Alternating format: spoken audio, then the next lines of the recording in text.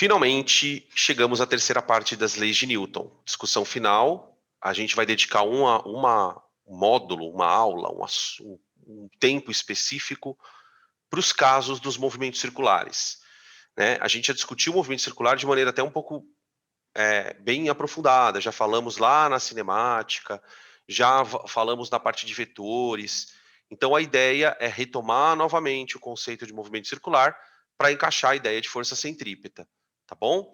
Bom, antes da gente falar da força centrípeta, vamos lembrar o conceito de aceleração vetorial.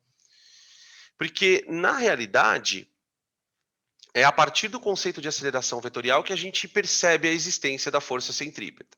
Então, aqui eu vou fazer um breve resumo de algumas coisas que nós já comentamos. Aqui nós temos um movimento circular, tá? Exemplificando aqui uma trajetória circular. E ali você tem uma partícula que está situada em dois pontos, um ponto A e um ponto B, por exemplo. Vamos imaginar que aqui é o ponto a posição inicial dela, vamos chamar de S0 ou SI, tá? E aqui é a posição final, SF. Tá? O que acontece? Então, pelo indicativo, ela está descrevendo um movimento no sentido horário, tá? Sentido horário.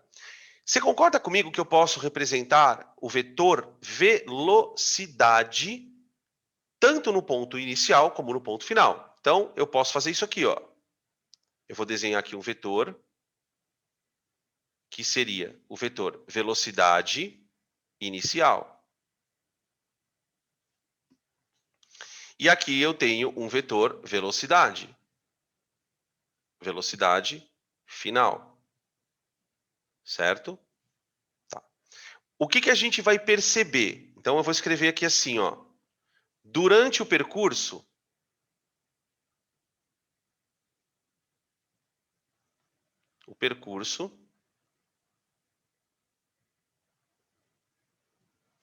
observamos que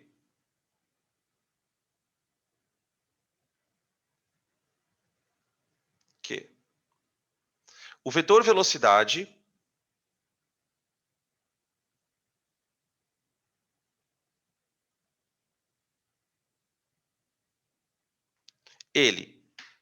uma coisa é certa, ele varia tanto na direção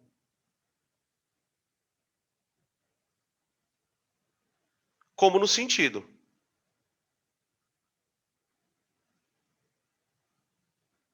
Isso é um fato. Né? Pelo fato do movimento que está ocorrendo ser um movimento circular, ele está variando na direção e no sentido. E ele pode estar variando, pode variar no módulo.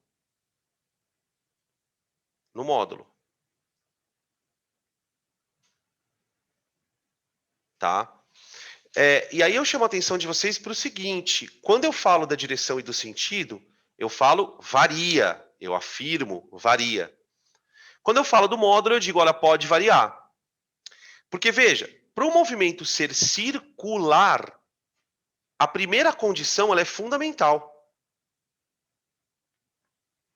Essa condição, se o vetor não fizer isso, o movimento não é curvo. Porque para pensar no que diferenciaria um movimento curvilíneo de um retilíneo. No movimento retilíneo, o vetor está sempre assim, ó, direção e sentido igual. Então, a característica do movimento circular é que no movimento circular tem que haver pelo menos uma aceleração. Porque, veja, do ponto de vista de definição, o que seria a aceleração vetorial? Seria a variação da velocidade vetorial no tempo. Essa variação, ela pode ser em módulo, ela pode ser em direção e ela pode ser em sentido.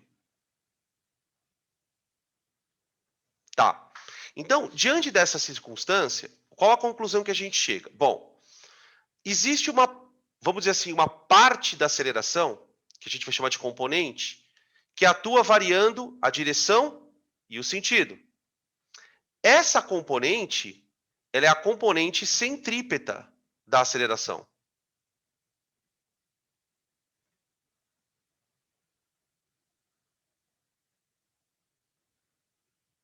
É a componente centrípeta.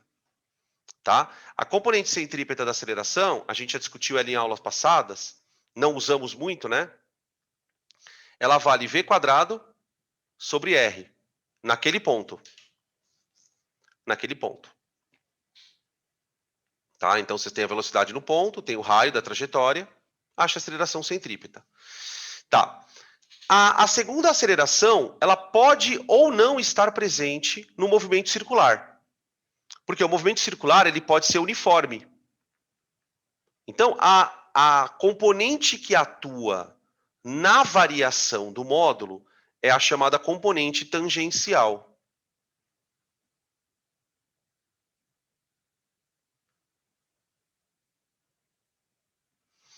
Essa aceleração é aquela que você aprendeu a calcular na primeira aula de MOVE. ΔV por ΔT. Porque aqui, você não vai nem pensar em vetor.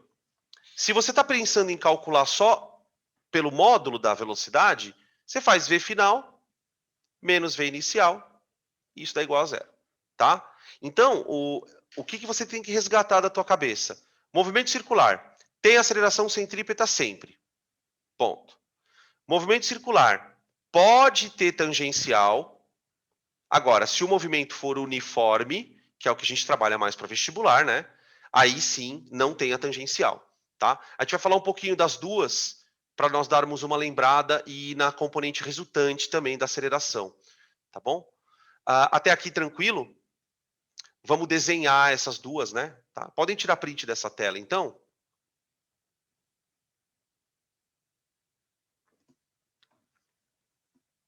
Para a gente prosseguir aqui. Bom, vamos começar a falar da tangencial. A componente tangencial da aceleração, ela se chama tangencial porque você vai desenhar ela tangente à trajetória, que nem a velocidade.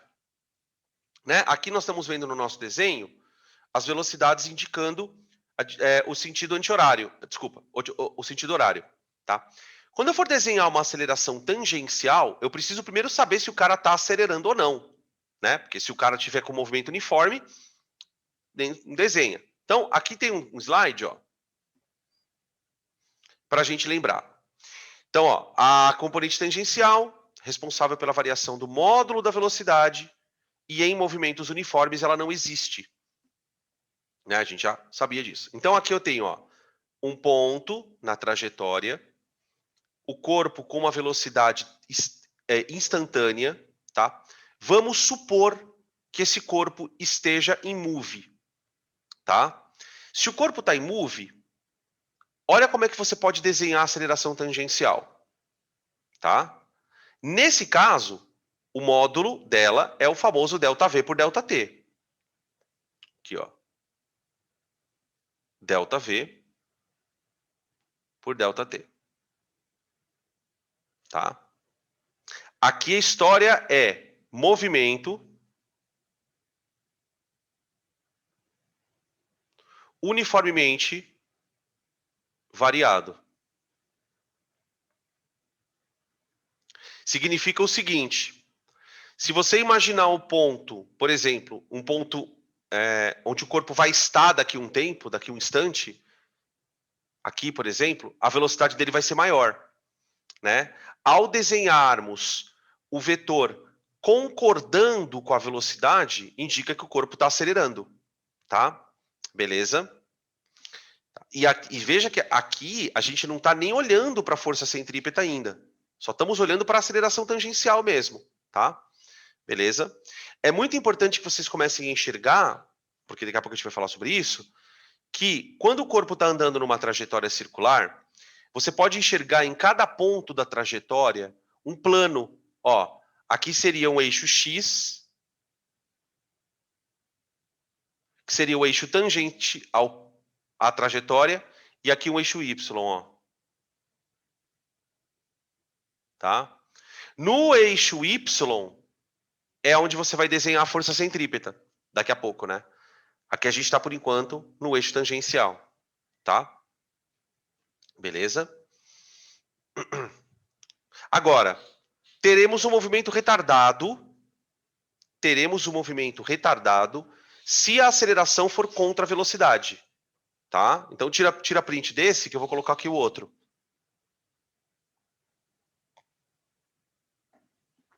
Aqui, ó. O módulo é o mesmo.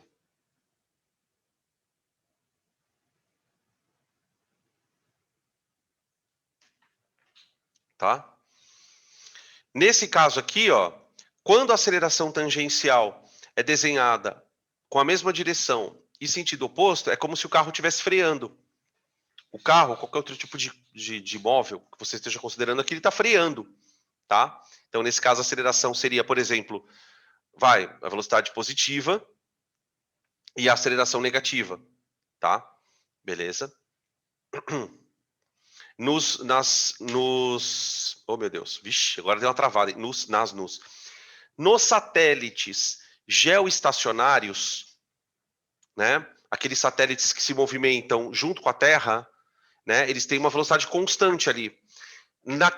Nesse tipo de movimento, você não tem essa aceleração aí. Você não tem ela. Ela tá em movimento circular uniforme, tá? Beleza. E a questão do movimento retardado, vocês compreenderam a ideia, né? Por que eu posso chamar o movimento de retardado? Porque a velocidade está diminuindo em módulo. Isso significa que numa situação a posteriori, assim, né? Esse corpo, ele está freando até parar em algum lugar. A partir do momento que ele para, ele passa a voltar acelerando. Tá? É mais ou menos se essa aceleração ficar, vamos dizer assim, atuando nele durante muito tempo, né? Ele vai freando, parando, aí para, aí começa a voltar e começa a acelerar no sentido oposto, tá bom? Beleza. Isso até aqui é aquilo que a gente já tinha meio que falado. Agora, e a centrípeta? Então, peraí. Aqui. A aceleração centrípeta, gente. Opa. A aceleração centrípeta é uma aceleração sempre representada apontando para o centro, né? A gente costuma dizer que o vetor da aceleração centrípeta, ele é radial. O que é um vetor radial? É um vetor que tem que passar pelo centro da circunferência, tá? E ele está sempre apontando para o centro. Então, ele é radial apontando para o centro. Né? Esse vetor, a aceleração centrípeta, ele é obrigatório no movimento circular. Aqui, ó. Sem ela, não há movimento curvo. Né? Então, vamos refletir um pouquinho sobre uma situação, né? Você imagina que aqui, por exemplo, você tem o Sol no centro da nossa galáxia, ou melhor, no centro do nosso sistema solar, e isso aqui seria o planeta, né? Existe uma aceleração que puxa o planeta na direção radial ao Sol. Ele vai sempre puxando na direção radial, tá? Essa aceleração, ela é dada por v quadrado sobre r. Então, o módulo é v quadrado sobre r, tá? Direção radial, apontando para o centro. Agora, qual é o comentário adicional? Pela segunda lei de Newton, então, o que a segunda lei afirma? A segunda lei afirma que se a aceleração é diferente de zero, eu tenho, como consequência, uma força resultante diferente de zero. Tem que ter uma força resultante diferente de zero. Então, tentem olhar para a partícula como eu disse para vocês agora há pouco, como se ela estivesse num plano cartesiano. Ó. Você tem aqui o eixo X e o eixo Y. Certo? Se você tem uma aceleração apontando para o centro, tem que haver uma força apontando para o centro. Então, daqui a gente tira uma máxima. Qual é a máxima? Em movimentos circulares,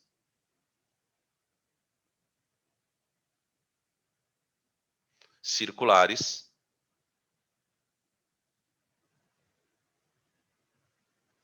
sempre há,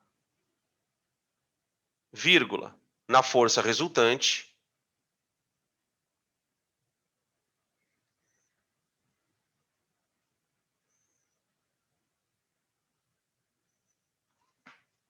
em movimentos circulares, sempre há na força resultante, vírgula, uma componente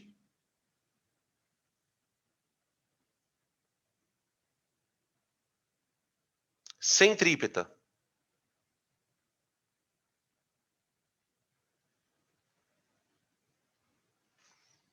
Então, a moral da história é, no eixo X, você pode ou não ter aceleração, portanto, você pode ou não ter resultante. Agora, no eixo Y, que é o eixo que desenvolve a trajetória, né, ela é circular em relação a esse eixo, esse eixo tem que ter uma resultante centrípeta, tá? E aí, qual é a situação, né? Como é que a segunda lei fica? Então, ela diz assim, no eixo Y, ó, eu tenho uma força resultante que é igual a MA. Só que a força resultante é a centrípeta nesse eixo. Então eu vou dizer que a força centrípeta é igual a m vezes aquela aceleração, v quadrado sobre r. Então nós temos aqui a fórmula da força centrípeta. Tá? Força centrípeta é mv quadrado sobre r. Só que daí qual que é a situação, pessoal? Qual é o diferencial nos exercícios? Né? Em termos de facilidade, de dificuldade, qual é o problema? Cada situação terá alguém atuando como centrípeta. Como assim? Eu explico melhor. Por exemplo, no contexto que eu acabei de citar para vocês, de um satélite girando em torno do Sol, de um planeta girando em torno do Sol, quem é que está fazendo o papel de força centrípeta? É a gravidade. Então, ali eu tenho um problema onde a gravidade atuará como uma centrípeta. Tem problemas que vocês vão falar que a gente vai fazer depois, onde o carro vai fazer uma curva. E aí quem vai atuar como centrípeta é o atrito. Então, nesse caso, nós temos uma atuante, atrito, que vai se comportar como centrípeta. Então, vai ter horas que a gravidade vai ser uma força centrípeta, que o atrito será uma centrípeta, que uma tração será uma centrípeta, né? Quando você amarra um corpinho numa corda e gira, a tração vai fazer parte deste processo, tá? Tem aqueles famosos probleminhas do globo da morte, né? Que o motociclista vai virar de ponta cabeça aqui e ele não quer cair. Então tem uma série de questõezinhas que a gente vai abordar nos estudos de caso, tá bom? Beleza até aqui, gente? Vou trocar aqui o slide para a gente falar um pouquinho da aceleração resultante, né? Suponha que o movimento tem as duas acelerações. Então, ele é circular e também é uniformemente variado. Como é que a gente representa isso? Então, vamos lá. Ó, eu tenho uma tangencial, tá? A tangencial aqui, nesse caso, está apontando para a direção horária. E eu tenho uma centrípeta. Tá aqui. A centrípeta sempre desenhada perpendicular à tangencial. Né? A matemática até nos ensina isso, né, gente? Que quando você traça uma reta tangente na circunferência, assim, ó, se você traçar uma outra reta que passa pelo centro, as duas formam 90 graus. Tá? Tem até como provar isso, mas enfim, né? Não interessa. Tá? Então, ó, eu tenho uma centrípeta e uma tangencial. Estas duas acelerações podem ser representadas por uma resultante. E aí você vai perceber que para calcular a resultante, nós vamos fazer a regra do paralelogramo. Ó, tracei a paralela em relação à centrípeta e a paralela em relação à tangencial. Olha a nossa diagonal aqui, ó, a resultante. Você percebe que a resultante, como ela é resultante, ela não é desenhada nem para o centro e nem tangente. É uma mistura das duas coisas, tá? Então, atentos, por quê? Porque tem os problemas mais simples, né, que também não são tão simples assim, onde o cara vai te pedir para você calcular a aceleração centrípeta, tá? Ou, às vezes, o que o bendito ele dá? Ele dá a aceleração resultante, e aí você vai descobrir as acelerações por decomposição de vetor. Então, ele pode te fornecer este ângulo aqui, que é o ângulo que o vetor faz com a centrípeta, então fique atento, tá? Ou ele pode te dar este ângulo aqui, um dos dois. O que eu quero mostrar para vocês é que constantemente a gente vai ter que ficar voltando nessa questão de, olha, decompõe vetor, olha, vê se o vetor está perpendicular, tá? Tudo aquilo que a gente já viu. Tranquilo? Beleza? Isso é uma retomada, né? O que eu vou fazer agora é discutir alguns casos com vocês. A gente vai trabalhar com alguns modelinhos, porque qual é o nosso desafio? Você vai descobrir isso nos exercícios. Eu vou ler a questão, tá? Problema de força centrípeta, ele é bem um padrãozinho. Eu vou ler a questão, vou descobrir quem atua como centrípeta e igualo ela a mv² sobre r. É sempre assim, tá? Olha a situação, vê quem é a centrípeta. Ah, é o atrito? Então, atrito igual a mv² sobre r. Ah, é a força elástica. Ah, então Kx é v² sobre mv² sobre r. Né? Lá na eletricidade e no eletromagnetismo, as forças elétricas e magnéticas podem atuar como centrípetas.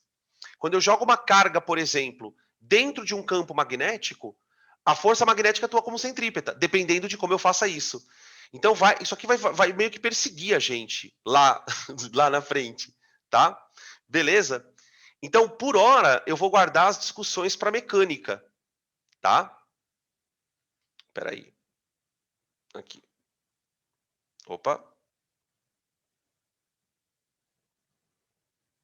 Aqui. Aqui são estudinhos de caso. Bom, a primeira coisa que eu queria comentar, que é um dos casos mais famosos em relação ao conteúdo de força centrípeta, é o cálculo de velocidade de satélites orbitais, né? Existe toda uma, como é que eu posso dizer, talvez um mal entendido muitas vezes que a gente vai para uma aula de física, ouve algumas coisas do professor e não entende o que está ouvindo. Quando a gente olha para um satélite em órbita, como por exemplo a estação espacial ou um satélite menor, é muito comum ver professores de física dizendo que aquele satélite está em queda livre, né? E isso, na maioria dos alunos, causa uma confusão. Por quê? Porque as pessoas pensam assim, olha, peraí, como pode um satélite estar em queda livre se ele não cai? É que a gente precisa entender o conceito de queda livre de uma forma um pouco mais precisa. Um corpo em queda livre não precisa necessariamente estar caindo na direção da Terra.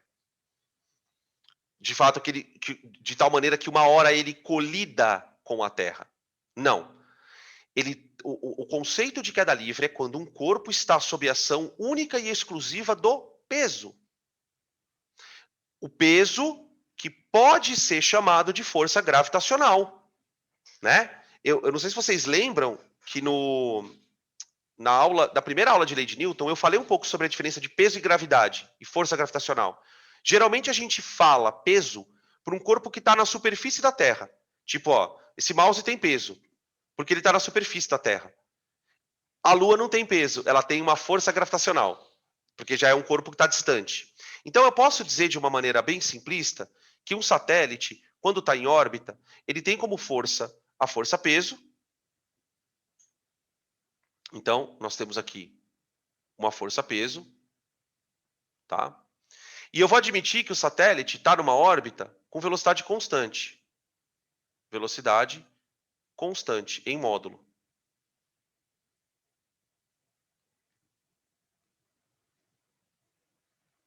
O que pouca gente sabe, talvez vocês saibam disso, porque como vocês já têm experiência de cursinho, talvez já devam ter ouvido falar, o professor já falou isso para vocês. Essa velocidade não pode ser qualquer velocidade. É aí que está a beleza da história. O que acontece? Se esta velocidade, vamos chamar essa velocidade de velocidade orbital, tá bom? É a velocidade com que um corpo precisa ter para que ele fique em órbita em relação ao planeta. Então essa é a velocidade que eu quero. Se a velocidade do satélite for menor, ele cai. Aí sim ele despenca na direção da Terra, tá? Se a velocidade for maior, ele sai da influência do campo gravitacional, ele vai embora. É uma linha muito tênue entre cair e ir embora. É uma situação muito particular. O que acontece nessa situação? O corpo ele está indo rápido o suficiente para não dar tempo da gravidade atrair ele. Então, na hora que ele vai escapar da trajetória, ele muda o vetor. Na hora que ele vai escapar, ele muda. Na hora que ele vai escapar, ele muda. Aí você pergunta, Dan, mas como é que os caras conseguem, por exemplo, na estação espacial controlar isso? A estação espacial ela tem propulsores que vão, em tempo real, corrigindo o efeito do atrito. Por quê? Porque se você deixar uma partícula ali com uma velocidade v, ela vai diminuir a velocidade com o tempo, tá? Ela vai diminuir a velocidade por conta de um atrito. Então, você tem sistemas de navegação, obviamente, tudo com resposta em tempo real. Então, à medida que a estação espacial vai orbitando, os sensores vão calculando e, olha, precisa dar uma propulsãozinha aqui, rapidinho, de 1 segundo de propulsão. E aí você vai controlando essa condição, tá? Esse processo ele é bastante delicado justamente por quê? Porque qualquer tipo de erro já era, né? Ou a estação vai embora e não volta mais, ou ela cai. Tem atrito. Você tem um ar bem rarefeito, tá? Só a título de informação, tá? Só pra vocês, nós estamos falando aqui de uma altitude de 400 quilômetros, tá? Você tem ali uma quantidade ainda pequena de moléculas de ar, de tal maneira que o atrito é pequeno, mas ele existe, né? A gente está lidando com uma circunstância aqui muito peculiar, né? A gente não consegue imaginar que esse atrito possa causar alguma influência, mas ele causa, tá? Bom, qual é o nosso problema então? Qual é essa velocidade? Qual é essa velocidade? Aí nós vamos fazer uma descoberta muito interessante. Essa velocidade depende da altura que você quer que o cara orbite. Tá? Se você quiser que a órbita seja mais alta, a velocidade é menor.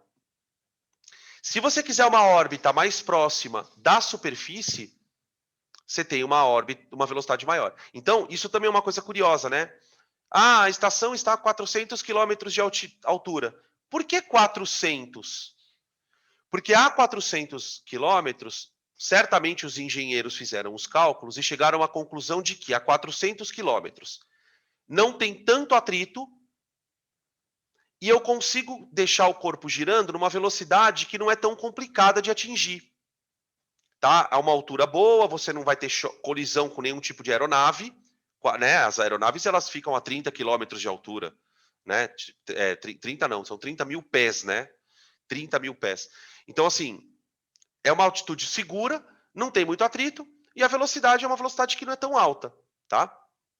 Como é que eu chego nessa bendita? Então, o que eu sei? Que nesse contexto, a força gravitacional está atuando como centrípeta. A força gravitacional está atuando como centrípeta. Tudo bem. Como é que eu calculo a força gravitacional? G, emão, eminho, dividido por R ao quadrado. Aqui vai uma observação importante. Este raio é a altura mais o raio da Terra. Tá? Porque, gente, 400 quilômetros de altura é muito pouquinho em comparação com o tamanho da Terra, tá? Isso é uma outra coisa que vai acabar com aquela ideia de que lá em cima não tem gravidade. Gente, o raio da Terra é mais de 10 vezes maior do que essa altura. O que, do ponto de vista matemático, tá, quer dizer que os caras que estão na estação espacial estão praticamente na superfície da Terra. É mentira que ali não tem gravidade. Não é verdade. A gente fala que é uma condição de microgravidade, por quê? Porque está todo mundo em queda livre. É como se você estivesse dentro de um elevador caindo para sempre. A sensação que os astronautas têm lá dentro é a mesma que você teria se você estivesse num elevador caindo, em queda livre. Né? Aquela falta de peso. É nessa situação que a gente fala que é uma microgravidade, tá? Porque é uma gravidade aparente. Tá? Se você botar um corpo parado ali, põe um corpo parado, e solta, ele vai cair na Terra. O que está acontecendo é que a estação espacial está numa velocidade astronômica. Então está todo mundo ali andando dentro de um recipiente. Né? Está todo mundo ali dentro, andando dentro de um recipiente. É uma situação muito curiosa. Então, essa força, ela tem que ser mv² sobre o raio. Ó. Olha que interessante o que a gente chega à conclusão. Ai, Jesus, espera aí. Primeiro, não importa se o que está em órbita é um astronauta, uma estação espacial, um foguete, um telescópio. Não importa. A velocidade não depende da massa. Dá para cancelar o raio, e aí a gente chega à conclusão de que a velocidade de órbita é a raiz quadrada de G-mão sobre R. Ou seja, olha aqui o raio. Então, quando os caras vão colocar qualquer tipo de corpo em órbita, qualquer tipo, a primeira pergunta que eles têm que responder é: qual é o raio que eu quero? Qual é a altitude? Por quê? Porque isso vai determinar a velocidade com que eu posso colocar ele em órbita. Tá? Nota uma coisa muito interessante, que a gente não vai entrar nessa discussão, infelizmente. Essa velocidade de órbita, ela depende da massa do planeta. Tá? Se nós conseguirmos colocar um corpo ali com uma velocidade maior, essa velocidade maior se chama velocidade de escape. A velocidade de escape tem que ser maior que essa. Essa velocidade ela é muito importante também. Por quê? Porque quando os engenheiros querem mandar, por exemplo, uma sonda para Marte, quando os caras tiveram que mandar o rover lá para Marte, o Perseverance, eles tinham que tirar o corpo da atmosfera. Para você tirar o corpo da atmosfera, você precisa vencer essa velocidade orbital. Só que isso depende da massa do planeta. Então, uma das coisas mais caras que tem para fazer uma missão espacial, por incrível que pareça, não é a missão em si. É tirar o corpo da Terra. A partir do momento que você tira o corpo da influência do campo gravitacional, ele vai embora por inércia. Você desliga o motor e ele vai embora. Aliás, vai um comentário muito interessante sobre isso. Vocês sabem que uma das coisas que eles fazem para aproveitar a energia é quando, por exemplo, a sonda está se aproximando de um planeta, eles deixam a sonda se aproximar um pouco do planeta para que ela entre um pouco no campo gravitacional do planeta e o campo gravitacional acelere ela. É como se os planetas fossem empurrando a sonda. Ela não vai direto e reto para onde ela tem que ir. Eles vão ajustando e aí vai, tá chegando perto de uma estrela ou de um planeta. Aproxima ela um pouquinho, ele acelera o corpo e ela vai embora, sem deixar ele entrar na atmosfera do planeta. É uma engenharia maravilhosa. E o mais bonito, né? Você usa isso com conhecimento matemático da segunda lei de Newton. Só, mais nada. Tá bom? Beleza? Tranquilo, então? Velocidade orbital? Dan, precisa decorar essa fórmula? Sinceramente, não. O que você precisa lembrar? Olha, percebeu que o problema é de movimento circular, de planeta, tá em órbita. Por exemplo, eu consigo calcular aqui o período da órbita. Quer ver que legal? Ó? Cálculo do período da órbita.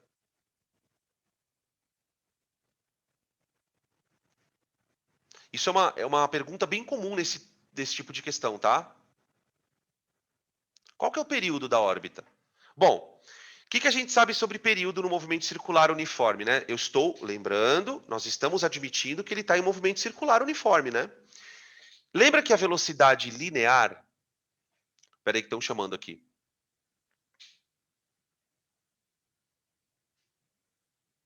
Chegou, vixe! Até o drone já subiu.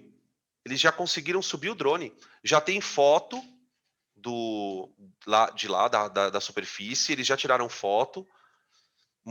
Já tiraram uma foto do pôr do sol, cara. O que é aquilo? Cara, o que é aquilo? Um céu totalmente diferente do nosso. É assim, ele brilha que nem o nosso, mas é uma cor meio prateado, acinzentado, e no final da tarde vai ficando meio amarelado que nem o nosso. É uma coisa maravilhosa. E aí, se não me engano, foi ontem ou hoje, porque quando ele chegou lá, ele tem um drone, né? Que o drone vai dar umas voadas lá. Só que eles estavam fazendo vários testes para botar o drone para voar. Se não me engano, foi ontem ou hoje que o drone entrou em voo. Então, ó, voltando aqui. Nossa, é muito lindo, cara. Puta, fico apaixonado. Como é que eu calculo, então, o período? Olha, lembra que V é igual a 2πr sobre T? Você pode chamar de 2πrf, né? Você pode, calcule a frequência da órbita, ou calcule o período, né? Ó, posso fazer isso aqui também, ó. 2πr vezes f, certo? Tudo bem, agora olha só. Agora, V não é a raiz quadrada de G mão sobre R? Então eu vou escrever assim, ó. Raiz quadrada de G mão sobre R é igual a 2πr sobre período. Ah, deixa eu só comentar um negócio que você falou aqui do carro do Musk, né? Na verdade, o carro não é do Musk. O foguete é do Musk. Ele é, na verdade, o Uber dos caras. Porque ele é que leva as coisas lá para cima. O foguete dele, né? Que tem as turbinas Raptors. São, se não me engano, 33 turbinas Raptor. É um negócio muito louco. Ele é o Uber dos nerds. Imagina quanto que custa uma corrida no como é que é o nome? SpaceX. SpaceX. Aí aqui, ó, se eu quero achar o período, o que eu faço? Elevo ao quadrado dos dois lados. Então, se eu elevar ao quadrado dos dois lados, isso fica assim, ó. G mão sobre R, tirei da raiz, né?